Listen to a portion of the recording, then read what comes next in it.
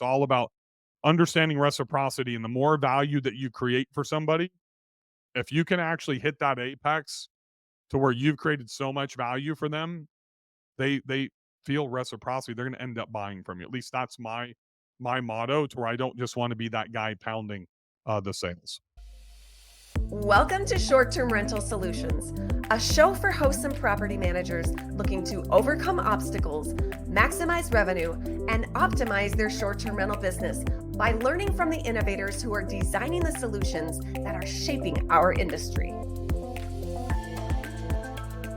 Hello, everyone. Welcome to this week's episode of the Short Term Rental Solutions Show. Today's episode is going to be great because we're going to be talking about something that's universally important to hosts and operators, and that is marketing. Yes, marketing. We have Bill Faith with us from Build Short Term Rental Wealth, and actually much more than Build Short Term Rental Wealth. We'll go into that. But the reason that Bill is going to be talking with us about marketing is because he has a background in marketing before he even came to short term rentals. And so, as he's been in the short term rental industry, marketing is something that he's put a lot of energy and effort into and really honed his skills there. So, thankfully, he's joined us today and he's going to share some of the things that he's learned and that he has found success with and help us in our journey as short term rental hosts. So, Bill, thank you so much for being with us today. Thanks for having me, Christiane. I'm excited. Yeah. So Bill and I have actually known each other for a couple of years now. When I was new in the industry, Bill was one of the few people that I started following very early in my journey, and we connected up, and he really was very helpful to me and became a mentor to me during that early phase. And so I can say firsthand that he really does have a wealth of knowledge and is really able to support hosts and provide a ton of values. So, Bill, why don't you introduce yourself for those who may or may not be familiar with you and how you got started in this industry? Yeah, I'm Bill Faith. I'm a father and a husband first before an entrepreneur. I've done 29 bootstrap startups, grown one company to over 50 million, two to over 30. And I say that because I hated both of them, to be honest with you. I don't like large businesses. I love small businesses. Had a marketing agency. You were talking about the marketing side, had an $11 million marketing agency. And one thing that I learned really, really early on when I was drop shipping Brazilian bikinis and sarongs and swimwear in 1992 via AOL chat rooms is that the best product is not who wins. It's the best marketing that wins. It's the best sales team that wins. And that's single handedly why Apple versus Android still has more market share today. Apple is way better at marketing this device than Google is with their Android device. And it's been that way from the beginning. McDonald's has always been the best marketer. They market better than Burger King or Wendy's or whoever. So I think bringing that business experience to the short-term rental space is really kind of my niche. And a lot of it ties into, the investing, the underwriting, all that stuff. But at the end of the day, you hear me talk a lot about building super properties, turning that into a super portfolio and a super life. And you and I came together when you came to my couples retreat. Kind of starts with that end in mind, right? We have to architect what that desired outcome is, and that allows us to distill down to daily decisions. That is 100% applicable in how we market. Most people think they open up their calendar and their PMS or Airbnb and they say, "Hey, I don't have any bookings in September. I need to start doing something today." Where really you need to have that desired outcome set out at the beginning of the year and understand when the seasons ebb and flow and have your marketing well in advance. I'll give you an example, Christian. I've been marketing for fall since around the third week of June. I really started to transition my listings in Airbnb and Verbo in the middle of July. Once my calendar is filled for the summer, then I'm going to start transitioning. And I'm excited to talk about this with you today. And just one thing, if you remember, a lot of people play these drinking games. And I had one at the boot camp last week and we gave water bottles. We're not drinking alcohol, we're drinking water. And I said, every time you hear me say value stacking, I want you guys to take a drink out of your water bottle. And today on your podcast is really value stacking will be, discussed quite a bit and kind of the same thing. So just understand when you hear value stacking, that means something important is going to be coming, right after that. Yeah, absolutely. So, the concept of marketing your short-term rental property outside of the Airbnb and the VRBO, all of those kind of major platforms that we have access to, it can be really overwhelming, and a lot of people don't even know where to start. Kind of take us on that journey, help break it down a little bit so that it's manageable and not overwhelming. I'm gonna start with the easiest place to start doing marketing. Number 1, first step is you go to Google Trends and you type in, this is all free research. You type in the name of your city. So let's type in, Gulf Shores, Alabama. You and I both have properties there. Google Trends will show you. Well, I think you might have sold yours there. Did you sell yours there? No, I still Yeah. have it. So, I yeah, do okay. So still we're have still it. somewhat neighbors, about 8 houses apart. So go to Google Trends, type in Gulf Shores, Alabama, and Google Trends is going to show you the top cities of the where the tourists are traveling from to your market. So now you know that Dallas, St. Louis, Indianapolis, Nashville are like 4 of the top 5 cities. We all have experience, or most of us have experience using social media. Even if you just use Facebook on this thing right here, you've probably been in a buy sell trade group. You've probably sold kids, bikes, or, a jumper that they don't use anymore, an old dresser, whatever it is in a buy sell trade group. Well, this is the easiest way to drive bookings and awareness about your properties, and it's 100% free. So go into those markets, not where you live, not you can do the local in Gulf Shores or in Gatlinburg or wherever as well, but you really want to target those cities that your buyers, your clients, your guests are traveling from. So take the top 4 or 5 and go join 10 to 15 Facebook groups. Be sure you read the group rules, because if you break the group rules, you're going to get kicked out of that group. And understand that in these major markets, it's usually real estate agents that own these big groups, and they usually own 2 or 3. So if you get kicked out of one, you're probably going to get kicked out of another one. I'll give you an example. I own the Build Short Term Rental Wealth group. I also own the SDR Wealth Conference group, but I'm also an admin on other groups. I'm an admin on SDR Secrets with Mike Shogren. I'm an admin on Kenny. So if I boot Christiane out of my group, a pop up comes and I can kick you out of every other group, right? So follow the rules. That's one of the biggest things. Then you got to understand a rotation. And it's pretty simple. Start with the closest market to your city. So, in regards to Gulf Shores, let's start with Dallas. It's about a 6 hour drive to get to Fort Morgan. I'm going to go into Dallas. I'm going to do one more really quick search, and I want to just search what are the wealthiest cities or counties around Dallas. So I'm going to find Highland Park, University Park. That's like the hub of the old blue blood money in Dallas. And because that's my ideal buyer, that's where I'm looking for those groups. Now, Christiane, you have a very distinct advantage over me, because you're female and I'm male. There is a lot of great female only buy sell trade groups for safety reasons, right? You don't want Bill when you don't know me to come to your doorstep to pick up X product. So if you are female, take advantage of those female groups if it is allowed, because you eliminate me and all the other 50% or 60% of the males, because we can't go in and ruin it for you.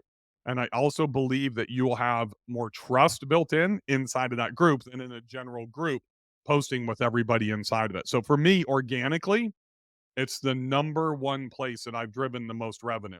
Now, number 2 is email marketing. That's a little bit more complex to set up. So I want to start with the easy one before we dive in to step number 2 and make sure that I made that buy sell trade groups abundantly clear.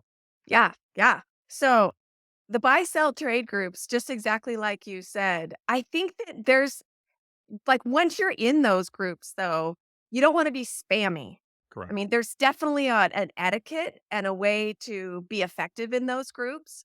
So, I mean, talk to us a little bit about that because it's So really easy to join 20 groups and then like 0 results. 100%. So the first thing that I do is, if I join a new group, I go in and start commenting on other posts. And I want to add value. And I say, "Oh, beautiful house, Christiane, in Gulf Shores," or whatever. And I'm going to go and help people that are in there, because admins will get notified if you go in and just like start posting. Then they can go and click on your profile and see if you've done any engagement. They're going to immediately think that you're just going to spam and sell your stuff, right? So I'll go in and I'll interact within the groups. I'll try to add some value. Then I'll come in and I'll do a very soft post. It's typically about every 5 weeks. So that's one of the reasons that I will post in 10 to 15 groups, and I'll choose 4 to 5 markets. I'll post in Dallas this week. I'll post in St. Louis the following, then Indianapolis, then Nashville, then Atlanta. And I'll kind of just continue to go through my rotation, but I will always change the images and the copy and take down the previous post before I post again. So, where a lot of people get mistaken is they don't understand the difference between marketplace and buy sell trade groups. What you don't want to do is go and post directly in the marketplace. You're going to get flagged as, trying to sell apartments or something like that, and it's not going to work. You have to post in a buy sell trade group first. Then once you are ready to post, a pop-up will pop up and you'll be able to choose marketplace and the other buy sell trade groups to automatically post in as well. You need to keep track of that original group because that's where you want to delete that post when you get ready to post the next time, which will be 4 to 5 weeks later. I have never been banned from a group. I have never had an admin even send me a message because I try to spread it around, and I will never go in and post like twice in a week or even 2 weeks. Minimum 4 weeks for me. I want to be a good steward. I own multiple groups myself, and I hate when people come in and sell. So if you follow these steps, you'll be good. Now, a lot of people ask, man, isn't that a pain when you get 300 messages that they start DMing you? Yes, Yeah. it is. And that's why it works. Because most of you that are listening are going to be too lazy to go in and reply immediately to all 300 of those people. And Christian, I'll tell you, it was probably a year and a half, 2 years ago. I decided, you know what? Hey, I want to try some of those women's groups. Grab my wife's phone on a Sunday morning. She's getting ready. We are getting ready to go to church. Bad move because I literally posted like 4 or 5 local groups in Nashville and the women's only, and she's just getting blown up during church. She finally turned her phone off when we got out. She gave me that look. She said, "Don't ever do that again before we walk into church." So I'm the one that has to reply. So creating the reply before you post is super important because most of them are just going to click the button that says, "Is this available? Is this available?" So I literally will have the reply already written out. And the only thing that I have to customize is turn Christiane into Bill into Bob into Lori. And then I can copy, paste, and change the name. And it's very simple. Yes, Christiane, this is currently available. All you need to do is click the Airbnb, Verbo, or my direct booking link in parentheses to save the booking fees and enter your dates. And you can see how much it is. And if you have any questions, let me know. Then, if you read my emails, you always know I do a PS down at the bottom for 2 reasons. It earns me the opportunity to take another action, but it's the assimilation. This is marketing, this is psychological, right? For people our age, I know I'm older than you, but you remember writing letters to, like, your grandparents or stuff, and you'd forget something, and then you'd write a PS. So there's this nostalgia component to a PS. So almost every one of my emails that I send out, I have a PS, and in here, I have a PS. And the PS is, by the way, if we're not available in the market you're looking for, I never say, like, Gulf Shores or Whitefish or whatever. Click here to check out the rest of our portfolio. Right? So I'm using Airbnb and Verbo, the links, even though I don't want them to go there, I want them to come direct. I'm using them as trust agents because if I go into Idaho and post in Christiana's hometown and she sees it and she loves the photos, she still doesn't know who I am.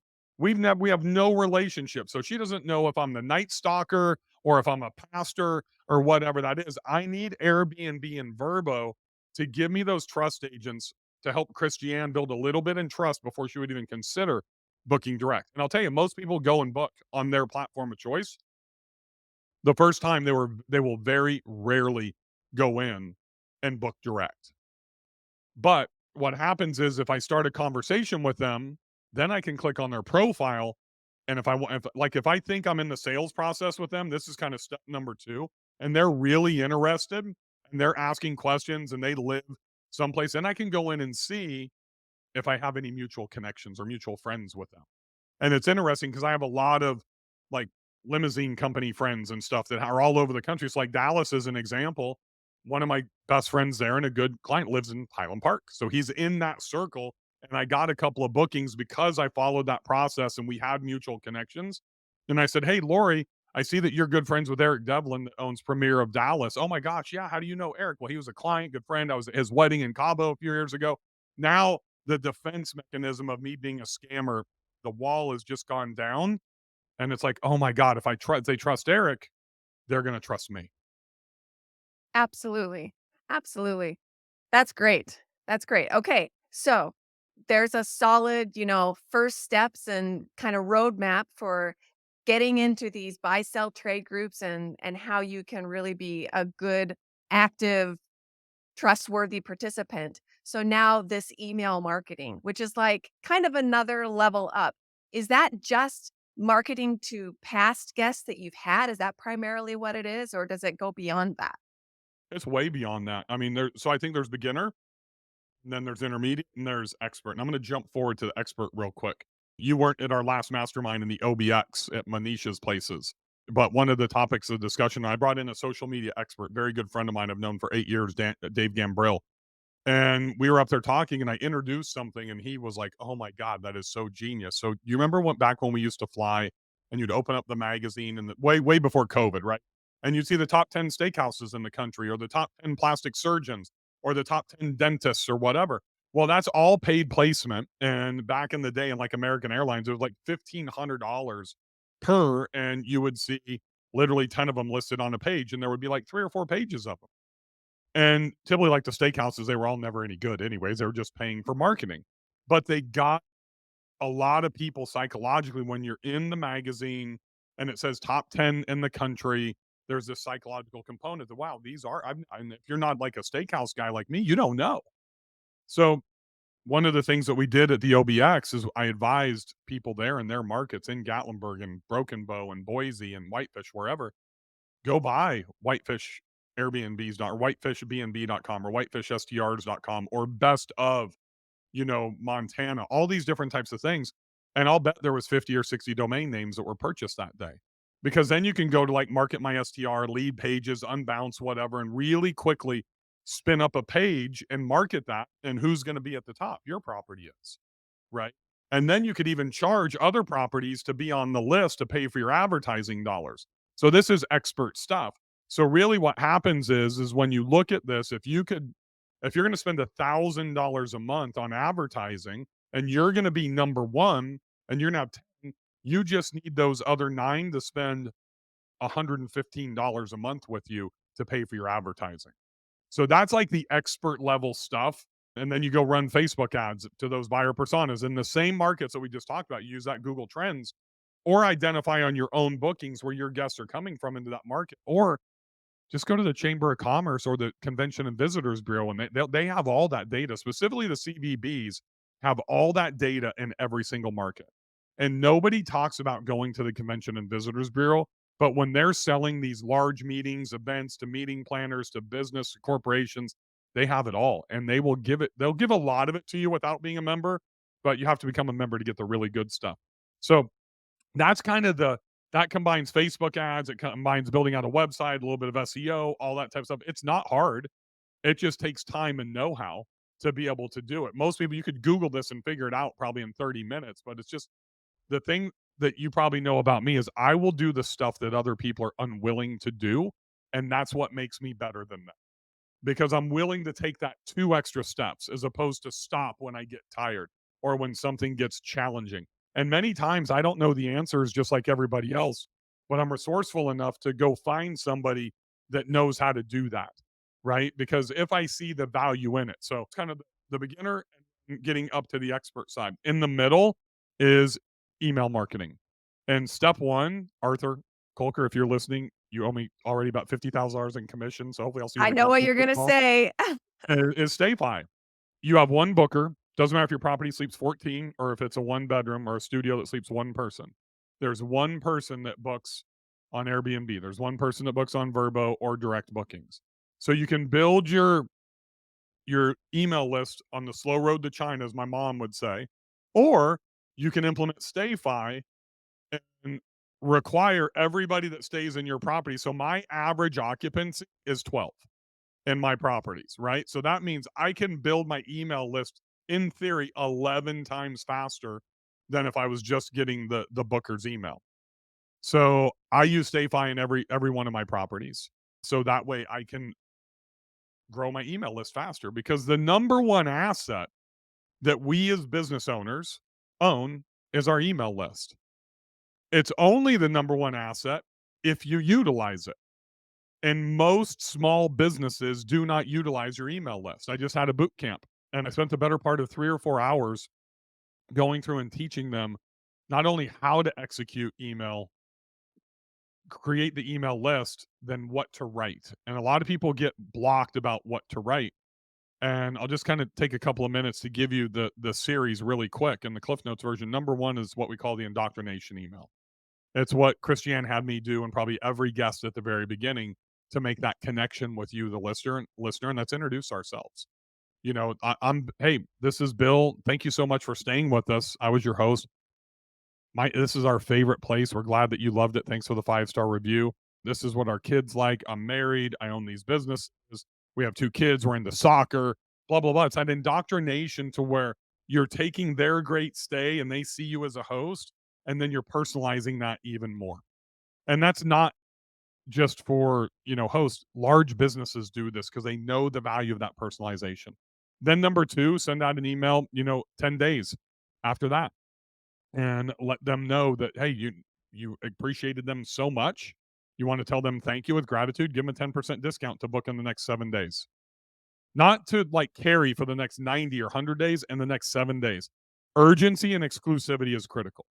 And I'm going to tell you guys that are listening, there's a reason that everything that I do sells out. One, because people trust me. Two, I'm good at what I do. But most importantly, is I leverage urgency and exclusivity with every single thing. Whether it's the SDR Wealth Conference or anything that's being sold, it is never unlimited, and it is never do it whenever you want to do it. And people think that if they leave it open ended, it gives more opportunity. What it does is it doesn't move somebody off the fence. And we have to move somebody off the fence as a marketer. So, email number 2 is just going to show your appreciation. It's the only time I ever give them a discount. If they book X period of time, that period of time needs to be a very kind of realistic but short window, 7 days, no longer than 10, 3 to 10 days. The next email that you're going to send out could be another 30 days after that. And right now, and you can set this up in any platform that has automation to be able to trigger based on the date that they join your email list, right? So your sequence might be a little bit different if somebody joins now in September, October in the fall versus if they join in February, because we're getting ready here in the fall to go into the winter season. If they join in February, you want to prep them for the summer season, and you can control that with tagging systems, right? So that next email is, hey, Christiane, I exclusively want to offer you these available dates before we open up our calendar to the public. So I'm making her feel important. Thank you for staying with us. I appreciate you. I'm giving you something exclusive before I open this up to the public. If she's interested at all, she now knows, one, that I feel special about her, but two, she has to get off that fence. She's got to make a decision. She's got to move the needle. So that's kind of where that urgency and exclusivity comes in. Then we can just go through the rest of the year, the top 4, top 6, top 7. You notice I don't do 1, 2, 3, 5, because it's generic. Everybody does that. Do something different. Do the top 6, do the top 4, do the top 8 that nobody else does. Sushi restaurants, trails, national parks, places to pick up your snow gear, that because if you were in a ski market, nobody should ever be advised to go to the ski resort to pick up their gear. It is pandemonium with hundreds of people in line. Give them the small place, an extra 3 minutes drive away or 5 minute drive away. They can get in, they can get out, and it's no hassle. So I'm a big believer, Christiane, and as a foodie, where the locals eat as a website. I never go to TripAdvisor. I never go to Yelp. I want to know where the locals eat and get the real reviews to get the best food, whether it's a diners, drive-in, and dives type of place or it's a high-end restaurant.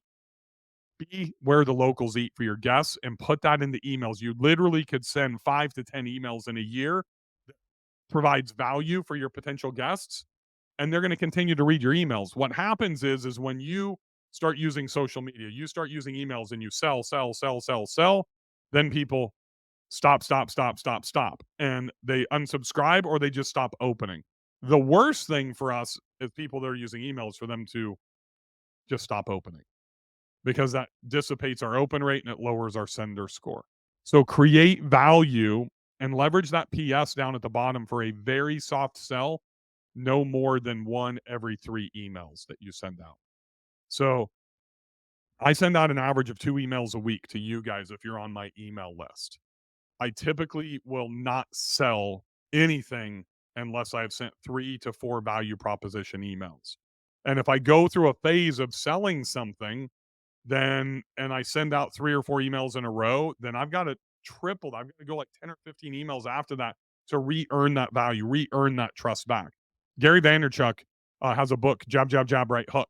You know, if you follow HubSpot inbound marketing, and it's all about not disrupting, it's all about understanding reciprocity. And the more value that you create for somebody, if you can actually hit that apex to where you've created so much value for them, they feel reciprocity. They're going to end up buying from you. At least that's my motto. To where I don't just want to be that guy pounding the sales.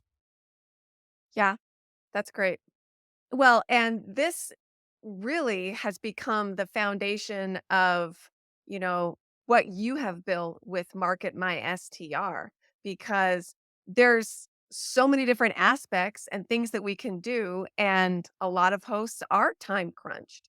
And so, kind of consolidating that work and that effort and creating a system where, you've built some efficiencies in. So, tell us a little bit about that, about Market My STR, and how that can really be a solution to people who are serious about wanting to create a marketing strategy for their business. Yeah, so many people have heard of HubSpot before, which is the gold standard all-in-one marketing platform. I was their 33rd customer back in February 2007. I built 3 businesses on the back of HubSpot. I helped them build their partner program, their agency program.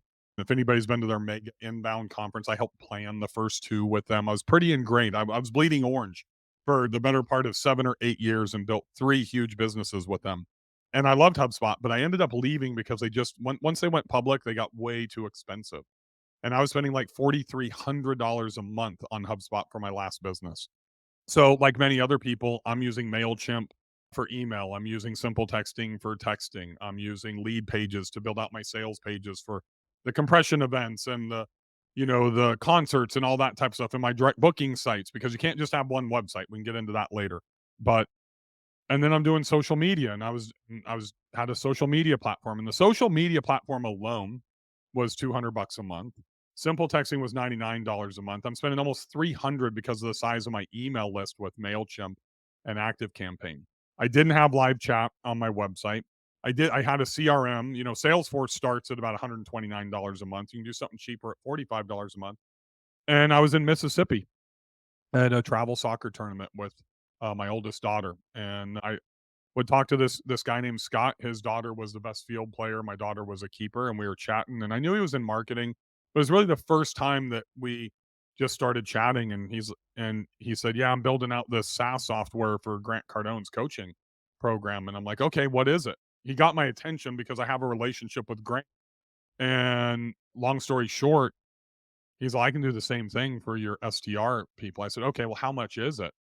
He's all, "We can charge whatever you want." I said, "What do you mean?" He's all, "We'll do a partnership together and we'll give them email marketing, unlimited websites, funnels." It's basically HubSpot, ClickFunnels, MailChimp, live chat, Salesforce, everything all in one. And we brought it to the industry, and it's easy to use. And there's 300 templates in there for your direct booking site. And I give you all of my stuff, my funnels, my Facebook ads, my sales pages that I built. You have 100% automation. And then to take it one step farther, because we had so many people that don't understand how to do all this stuff, and hiring VAs is really difficult through trvas.com. He's training right now. They'll be ready next week. He's training VAs specifically for Market My STR, to where if you don't know how to do this stuff, you can come in and hire by skill set. And that's the thing that I love about STR VAs. It's not like one generalist, but you hire by skill and it's cheaper. So you get the 3 skills, or the 2 skills are exactly what you need.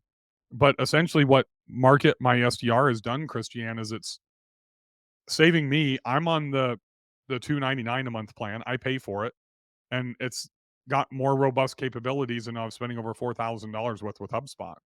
And I immediately moved every one of my sales pages, websites for direct booking over to it. I took my email list and put it into it. I got rid of Salesforce. I used the CRM.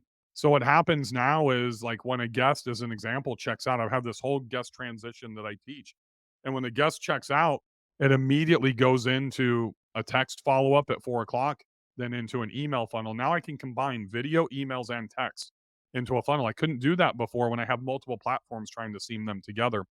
And the great thing about it is you can use Zapier to connect to to Stayfly. You can use Zapier to connect to OwnerRes or Hospitable or whatever you're using. So the information flow is available to where you can automate about 95% of the stuff. And that's the biggest problem for people is time and money.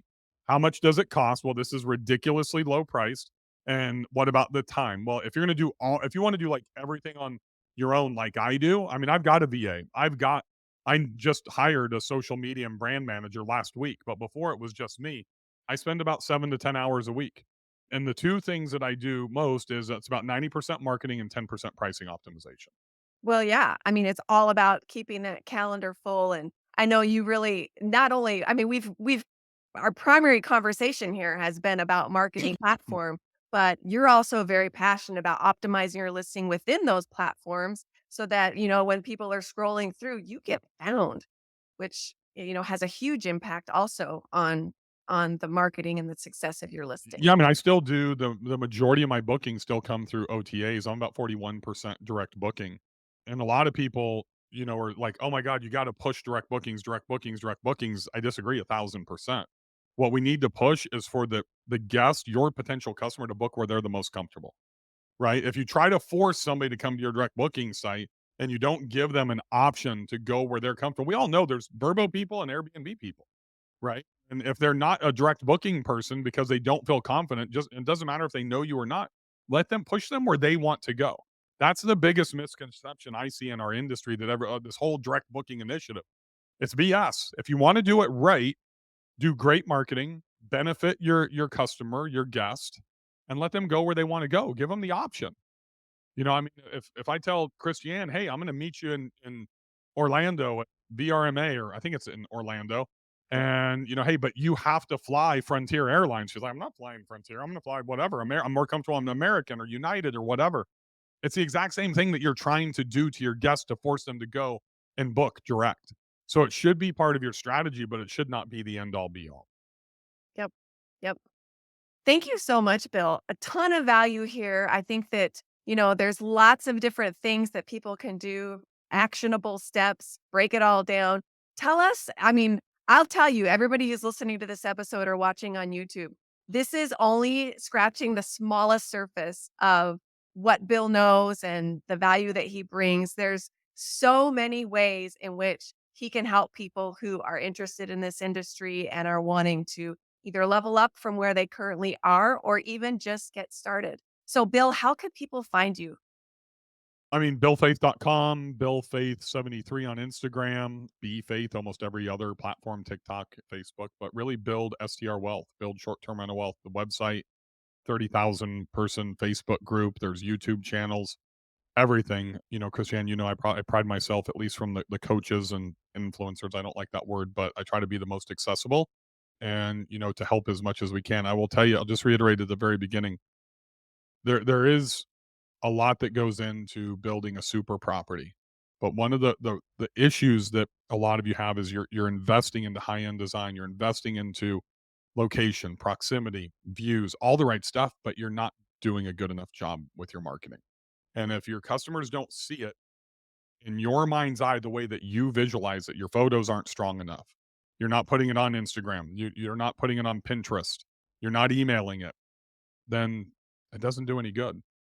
It's a popularity contest, unfortunately, and the more eyeballs you can get onto your product, the more that you're gonna sell. And so if you think about it in those terms, it's really pretty simple. I sent out an email last week about the prom king and queen, and that we really wanna be the most popular, so take advantage. Just one of the simple, easy it's not really a marketing thing, but optimization thing. Everybody's doing it now. About 2.5 years ago, I started Favorite Fridays. Every other person like me that has a group is now doing it. Take advantage of every one of them. I can tell you every Friday, I'm in Sjogren's group, I'm in Kyle Stanley's group, I'm in my own group. I'm going and doing it everywhere because those hearts are a data point that goes to Airbnb that says, wow, this listing is popular. So once again, don't spam those things, but take advantage of all those resources. So sorry, I just keep teaching and teaching and teaching. No, Build that's SDR Wealth is where you can find me. That's the easiest spot. yep, yep. All right. Thank you so much, everybody, for joining us on this week's episode. You definitely have something that you can go. You have homework after listening today to today's show. So thank you so much for joining us. And If you are a professional that serves the short term rental industry, be sure to connect with us on STR Hub because we'd love to spread the word about who you are and what you do and how you help short term rental professionals. So, thank you so much for joining us again today, and be sure to tune in next week.